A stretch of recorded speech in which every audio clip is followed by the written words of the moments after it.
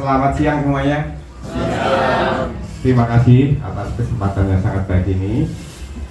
Saya mewakili manajemen PT Lobster Farmindo Internasional bersyukur atas kehadiran Bapak Ibu dosen dari Universitas Mercu Buana dan juga mahasiswa.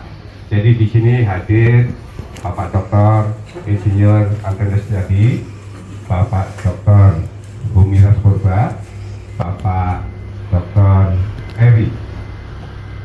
Terima kasih juga mahasiswa yang berkenan ikut di acara ini. Ibu Bapak, ini adalah kesempatan yang sangat baik di mana Universitas Mercu Buana sebagai satu institusi pendidikan mempunyai program pengabdian kepada masyarakat. Dan terima kasih kepada manajemen LFI yang memberikan kesempatan fasilitas kepada kita untuk bisa saling share pengalaman, pengetahuan terkait dengan penggemukan lobster air laut pada bak di darat di tempat ini. Bapak Ibu semuanya, sebagaimana kita tahu bahwa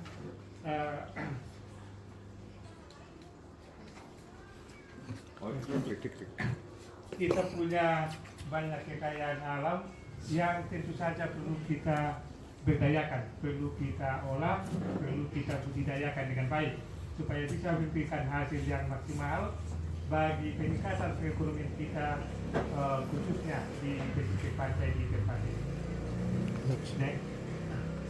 Nah, sebagaimana kita tahu bahwa ada beberapa jenis lobster air laut yang ada di Indonesia dan tentu punya kecenderungan atau punya tipe budidaya yang juga berbeda.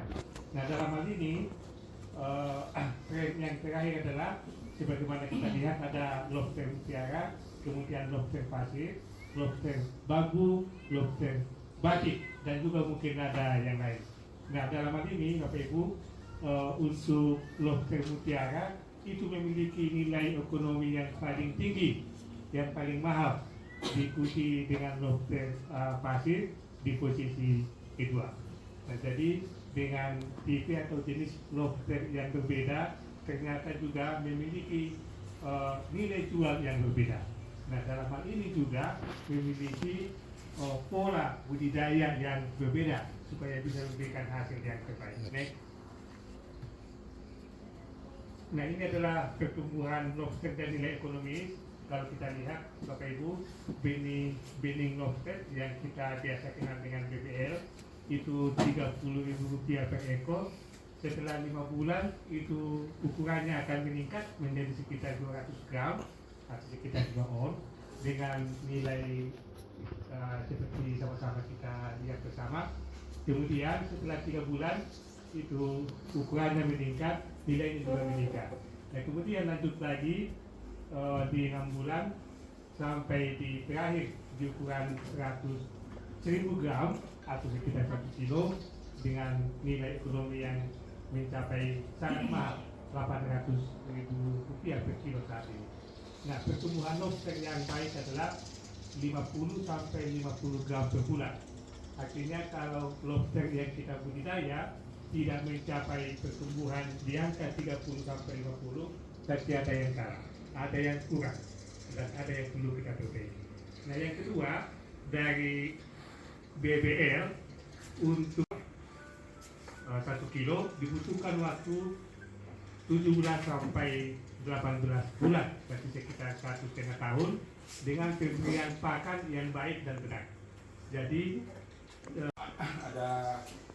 ada apa namanya, penangkaran atau istilahnya penggemukan. Ini boleh dikata di Indonesia baru pertama kali dan kita mencoba. Ya, biasa kalau mencoba itu kan pasti masih agak sulit ya, harus ada research yang banyak. Maka kita nantinya akan kerjasama dengan pihak luar negeri yang sudah pengalaman, yang akan dibimbing oleh sebetulnya di sini ya adalah Ketua Umum Asparindo, Asosiasi Pengelola Pasar Seluruh Indonesia, Bapak Joko Setianto. Beliau berjanji untuk membawa kita ke Vietnam dan ke China untuk mencari ahli-ahli yang bisa nantinya membantu. Karena sekarang ini kita sedang ada ya masalah ya mengenai penyakit dan semuanya ya, jadi tidak mudah. Nah, kita mencoba sebetulnya ya sekarang ini kita sedang mencoba bagaimana sih, apa sih manajemen air pada program pengemukan lobster air laut pada bak di darat. Kita yang pertama adalah ada pipa yang menyedot air dari laut ya hingga 250 meter dari tepi pantai dan rumah pompa. Nah, di sini rupanya setelah yang saya dapat kabar ya dari Pak Wartono, di situ ada masalah di mana di sini ternyata sudah mulai polusi, sudah mulai tidak murni karena adanya tambak-tambak udang di sekitar yang dulunya itu belum banyak, sekarang ini sudah banyak di sekitar sini, sehingga penyakit itu banyak di sini. Nah, ini rumah pompa, kemudian di sini masuk pipa penyaringan air dari laut, ditampung, ya, kemudian di sini adalah pemeliharaan. Pertama, air laut disedot dari dasar laut sejauh 250 meter dari tepi pantai dengan menggunakan pompa. Air laut disalurkan langsung menuju bak penyaringan. Penyaringan menggunakan berbagai bahan seperti pasir silika, batu kali, arang, atau kelapa. Air yang telah disaring ya, ditampung di tendon. Mungkin penyaringannya ini cuma sekedar dari sampah-sampah ya, mungkin dari penyakit-penyakitnya itu yang belum kita bisa mengerti treatmentnya itu seperti apa, sehingga bisa airnya itu bebas kuman misalnya gitu. Nomor 5, 3. Air yang telah disaring ditampung di tendon. Air disalurkan ke bak-bak penggemukan lobster. Minimum 2 kali sehari. Saya tadinya juga nggak kebayang ya. 2 kali sehari air itu dialirkan, diputar, dibuang lagi, putar, buang lagi. Itu pun juga ternyata masih belum membantu kesegarannya air tersebut ya. Karena itu memang waktu makan ada kotoran, dibuang, putar gitu ya. 2 kali dalam sehari. Air yang diganti lalu disalurkan dan ditampung pada bak limbah untuk mencegah pencemaran. Ya, air yang sudah dipakai bak limbah.